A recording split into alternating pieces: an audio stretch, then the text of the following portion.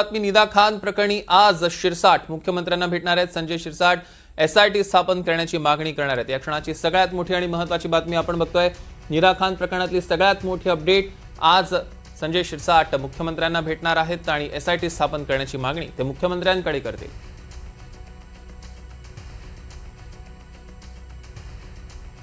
या क्षणाची सगळ्यात मोठी आणि महत्त्वाची बातमी आपण बघतोय। निदा खान प्रकरणातली सगळ्यात मोठी अपडेट एनडीटीव्ही मराठीवर।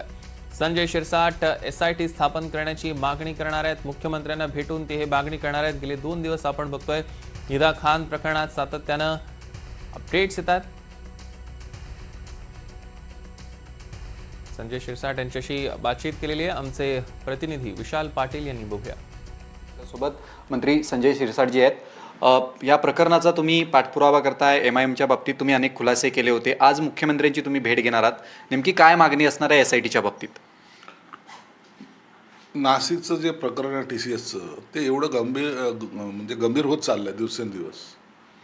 अनेक प्रकार उघडकीस येत आहेत। ती निदा खान एकटी नाही, तसे एक चैन आहे ज्याला म्हणता येईल, साखळी ही महाराष्ट्रभर कार्यरत आहे।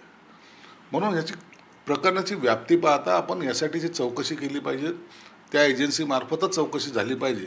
यासाठी मी आज मुख्यमंत्री साहेबाला भेटणार आहे।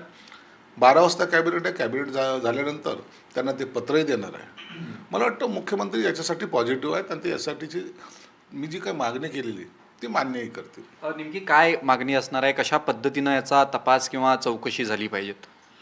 त्याची व्याप्ती यासाठी तुम्हाला सांगितले की ही निदा खान जेव्हा तिच्यावर आरोप झाला, आरोपी म्हणून तिला संबोधण्यात आलं, त्या टायमाला ती तिथून पळाली।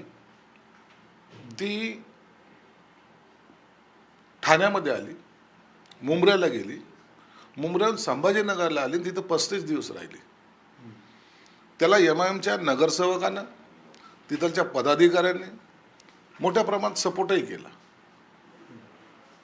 आणि त्याच्यामध्ये अनेक जण हे गुंतलेले हे आमच्या लक्षात आलेलं आहे। निदा खानला वाचवणाऱ्यांच्या जे नगरसेवक संभाजीनगरमधले आहेत त्यांचं घरावरती बुलडोझरची कारवाई करण्यात आलेली आहे। अन्य असे काही लोक आहेत।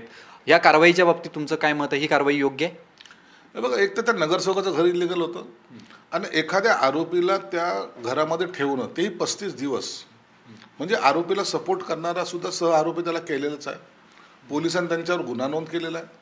परंतु महत्त्वाचं, त्या दिवशी रात्री घर दुसऱ्या दिवशी पडणार होतं। इम्तियाज जलील हा रात्री जाऊन तिथं भाषणबाजी करतो आणि त्याने काय बोलला आहे की तुझं घर पडलं तर पडू दे, आम्ही याच्यापेक्षा सुंदर घर तुला बनवून देऊ। तुझं नगरसेवक पद गेलं तर जाऊ दे, तुला पुन्हा आम्ही निवडून आणू। म्हणजे ही जी काही पद्धत आहे ना, ही आरोपीला आणखीन बळ देण्याची आहे। आणि उघडपणे जेव्हा असं कोणी बळ देतं तर याचा अर्थ असा आहे की त्या गोष्टीला किंवा त्या घटनेला यांचा संपूर्णपणे पाठिंबा आहे। मग पाठिंबा देत असाल तर ह्यांना आरोपी का करू नये? इम्तियाज जलील यांना सुद्धा आरोपी करून अटक केली पाहिजे, तशा पद्धतीची मागणी त्यांनी केलेली आहे। Video journalist Jitendra वाघमारेसह Vishal Patil, NDTV Marathi, Mumbai.